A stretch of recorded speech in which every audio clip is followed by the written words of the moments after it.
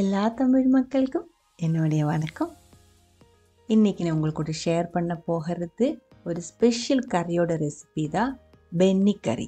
கோழிக்கோடு சில இடத்துல ஃபேமஸாக இருக்கிற ஒரு வெள்ளரிக்காய் கறியாக இருக்குது. சாதம் கூட சாப்பிட்றதுக்கு ரொம்ப டேஸ்டியாக இருக்கும். எப்படி செய்யலான்னு பார்த்துட்டு வரலாம். மீடியம் சைஸ் வெள்ளரிக்காய் ஒன்று எடுத்துருக்கு. அப்ராக்சிமேட் 1/2 கிலோ அளவுக்கு இருக்கும். தோல் விதை எல்லாமே எடுத்ததுக்கப்புறம் இதே மாதிரி கட் பண்ணி எடுத்து வச்சுருக்கு.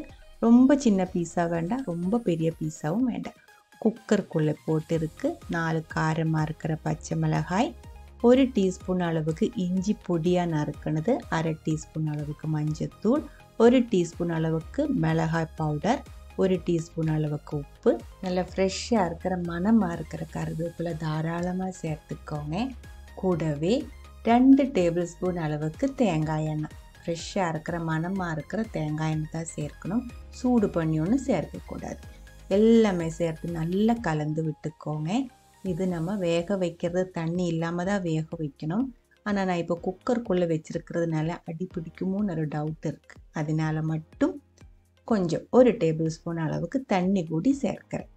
சாதாரணமாக இது வேக வைக்கிறது எப்படின்னா, தீ ரொம்ப கம்மி பண்ணி வச்சதுக்கப்புறம் அடிகட்டியாக இருக்கிற ஒரு பாத்திரத்தில் தண்ணி ஊற்றாமல் இடையில ஓப்பன் பண்ணி நல்லா மிக்ஸ் பண்ணி நல்லா வேக வச்சு எடுத்துடுவேன். குக்கரில் தான் நம்ம இப்போ வேக வைக்கிறேன். 3 விசில் 2 to 3 விசில் போதும். வெள்ளரிக்காய் நல்லா வேகணும். 3 விசிலுக்கு அப்புறம் தீ ஆஃப் பண்ணிவிடுங்க. தீ ரொம்ப கம்மி பண்ணி தான் வச்சுருந்தேன். இதுக்குள்ளே இருக்கிற ஆவி ஃபுல்லாக போகட்டும். அதுக்குள்ளே அரைக்கிறதுக்காக 1 கப் அளவுக்கு துருவன தேங்காய், 1/2 டீஸ்பூன் அளவுக்கு சீரகம், 1 டீஸ்பூன் அளவுக்கு கடுகு, 1/2 கப்பிலிருந்து 3/4 கப் வரைக்கும் ஃப்ரெஷ்ஷாக இருக்கிற புளிப்பாக இருக்கிற தயிர் கூடி சேர்த்துருக்கு. தண்ணி ஊற்றி அரைக்காமல் தயிர் ஊற்றி இதே மாதிரி நல்லா ஃபைன் பேஸ்ட்டை அரைச்சி எடுத்துக்கோங்க. அதுக்குள்ளே நம்ம குக்கரில் இருக்கிற ஆவி ஃபுல்லாக போயிருக்கு. பாருங்கள், வெள்ளரிக்காய்க்குள்ளே இருந்த தண்ணி எல்லாம் வந்திருக்கு. குக்கர்லேயே நம்ம இது ஃபுல்லாக வேக வச்சு எடுத்துக்கலாம். நான் இப்போ கேமரையில் கொஞ்சம் நல்லா தெரியறதுக்காக ஒரு கடாயில் மாற்றிருக்கு. கரண்டி வச்சு லைட்டாக உடச்சி விட்டுக்கோங்க. வெள்ளரிக்காய் நல்லா வெந்திருக்கிறதுனால தொடும்போதே பாதி இதே மாதிரி மேஷ் ஆகி கிடச்சிடும். அதுக்கப்புறம் நம்ம அரைச்சி வச்சுருக்கிற தேங்காயோட மிக்ஸ் அதுக்குள்ளே சேர்த்துக்கலாம். தேவையான அளவுக்கு தண்ணி சேர்த்துக்கோங்க. இது கொதிக்கும் போது இன்னும் கொஞ்சம் திக்காயிடும். நம்ம வெள்ளரிக்காய் லைட்டாக உடச்சி விட்டுருக்கிறதுனால இன்னும் கொஞ்சம் திக்காயிடும். அதுக்கு தகுந்த மாதிரி தண்ணி ஊற்றிக்கோங்க. தண்ணி ஒன்றா ஊற்றாமல் கொஞ்சம் கொஞ்சமாக ஊற்றி இதோட திக்னஸ் அட்ஜஸ்ட் பண்ணிக்கோங்க.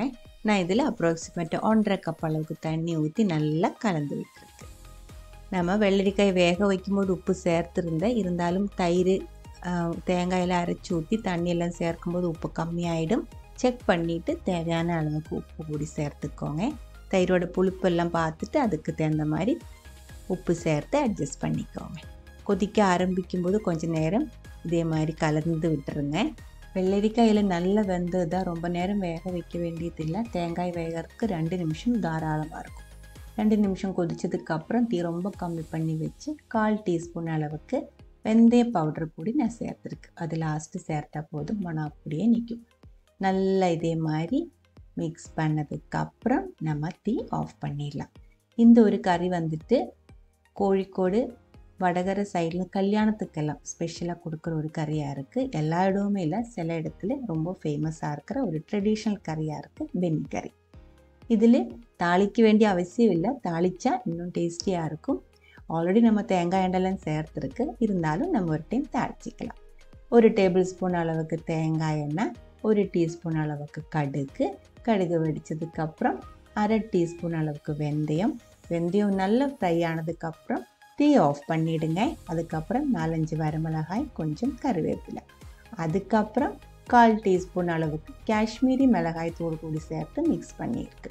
தீ ஆஃப் பண்ணதுக்கு அப்புறம் தான் இதெல்லாம் சேர்க்கணும், இல்லாட்டா கருகி போயிடும். அதுக்கப்புறம் கறிக்குள்ளே சேர்த்து நல்லா மிக்ஸ் பண்ணிடுங்க. சாதம் கூடலாம் பர்ஃபெக்டாக மேட்ச் ஆகிற ஒரு கறியாக இருக்குது. பிடிச்சிருந்தா கண்டிப்பாக ட்ரை பண்ணி பாருங்கள். அதுக்கப்புறம் உங்களோட கமெண்ட்ஸ் எல்லாம் சொல்லிடுங்க. இந்த சமையல் பிடிக்கிற ஃப்ரெண்ட்ஸுக்கு ஷேர் பண்ணி விட்டுக்கோங்க. நீங்கள் இதுவரைக்கும் நம்ம சேனலுக்கு கொடுத்துட்ருக்கிற சப்போர்ட்டுக்கு ரொம்ப ரொம்ப நன்றி. உடனே பார்க்கலாம் இன்னொரு ரெசிபியோட. அது வரைக்கும் வணக்கம்.